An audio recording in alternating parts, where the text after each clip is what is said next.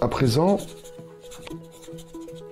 il s'agirait de pouvoir faire un petit tour de table avec des objections clients légitimes, on va dire, des objections sincères et qui témoignent d'un réel et manifeste intérêt à l'égard de votre solution, les objections que vous rencontrez ça et là au quotidien de façon assez régulière. On peut commencer par toi, si tu veux, Jérémy, de nous indiquer un exemple. Hein. Oui, bien sûr, Jean-Claude. Par exemple, j'ai souvent au téléphone, à la fin de la conversation, des personnes, des prospects très intéressés, mais qui ont une petite méfiance et qui me disent une phrase toute simple, j'ai peur que ça ne fonctionne pas. D'accord.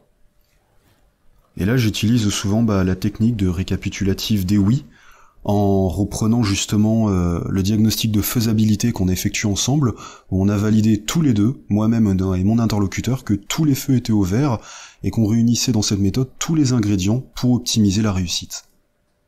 Oui, donc face à « j'ai peur que ça ne fonctionne pas », il est normal, il est quand même normal pour le prospect de se poser cette question, donc d'accueillir avec bienveillance son objection, effectivement, de la reformuler, qu'est-ce qui fait que notre système assurément va pouvoir fonctionner chez vous, et là, effectivement, c'est tout à fait normal, parce que si tu en es à cette objection, c'est parce que vous êtes passé par certaines étapes à travers notre diagnostic qui permet d'être sûr qu'effectivement ça va fonctionner. Sans cela, tu ne serais pas à ce niveau-là, puisque cette objection va se manifester, en principe, plutôt vers la fin de l'entretien. On est bien d'accord.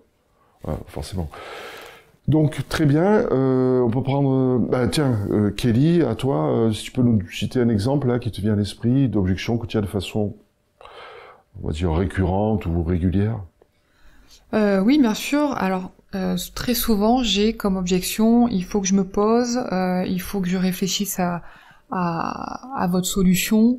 Donc souvent, en fait, leur question détournée, c'est quelles sont mes garanties. Oui. Donc là-dessus, on peut répondre, hein, bien sûr. Nous en avons plusieurs. Par exemple, le fait que ça fait quand même plus de 4 ans qu'on est spécialiste en marketing d'automation, hein, nous sommes des pionniers en la matière.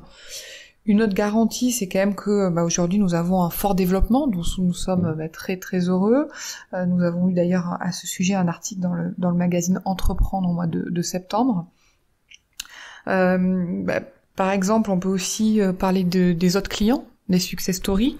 Pas plus tard que ce matin, nous avons eu un témoignage de notre client Christopher Salva, qui est directeur commercial de l'entreprise Master Sécurité et qui a eu un chiffre d'affaires concrétisé déjà de 20 000 euros. Donc c'est vrai que ça permet quand même d'asseoir aussi notre système de prospection. On est quand même un gage de l'entreprise sérieuse puisqu'on est suivi par la banque publique d'investissement.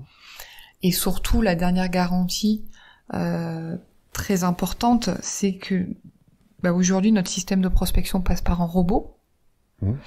Et qui dit robot dit que ce qui n'est pas soumis aux aléas de l'humain, hein, c'est-à-dire que quoi qu'il arrive, hein, qu'il neige, qu'il vente ou qu'il pleuve, il y aura toujours votre prospection qui sera faite issue de votre cœur de cible sur plusieurs milliers de personnes chaque mois. Très bien. Oui, là tu as traité en 4 points, on va dire que c'est quand même bien étoffé. La question des garanties, ce qui est tout à fait légitime que nos clients se posent la question, quelles sont mes garanties?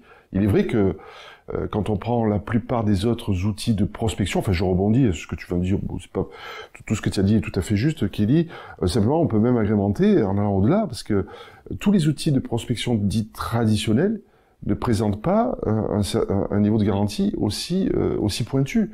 Hein, si je prends l'exemple des flyers, on va prendre l'ancienne méthode ou des publicités dans des magazines, une fois que c'est distribué, quelle garantie j'ai?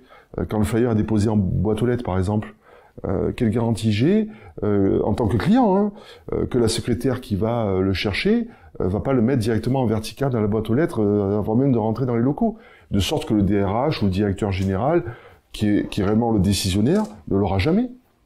Quelle garantie j'ai quand je recrute un téléprospecteur ou téléprospectrice qui appelle pour moi, alors qu'en tant que dirigeant, j'ai d'autres occupations, je ne suis pas derrière lui pour vérifier est-ce qu'il véhicule une image de respect, une image respectueuse à l'égard de mon interlocuteur. Bref, on va pouvoir adresser à des milliers de prospects le message de prospection, au nom et pour le compte de nos clients, avec la garantie pour eux, qu'il vente, qu'il pleuve, qu'il neige, que les milliers de prospects auront bien été, au final, touchés à la fin du mois. Tout à fait. Et ce, de façon adaptée et personnalisée, hein. Naturellement, mais avec un cahier des charges précis, ce qui apporte une garantie qu'il n'y a pas avec l'humain, hein. Malheureusement, entre les aléas liés aux arrêts maladie, accidents du travail, démotivation, burn-out et autres, naturellement, là, l'avantage de l'automatisation, c'est qu'elle peut être adaptée et personnalisée, mais avec l'avantage conséquent, rappelez-vous-en, parce que c'est une réalité factuelle, vérifiable et vérifiée, que nos clients savent qu'en effet, la séquence de message de prospection va bien être délivrée conformément au cahier des charges qu'ils ont eux-mêmes validé.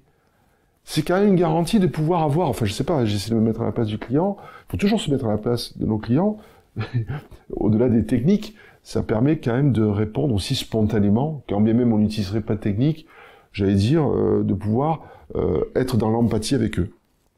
Si vous vous mettez à la place de votre client, dans la légitimité formulée par sa question, qui n'est autre que finalement de demander une précision, quelque chose de complémentaire qui va le mettre davantage en connaissance de cause, à ce moment-là, oui, on sera toujours dans la capacité de pouvoir répondre de façon satisfaisante à cette question.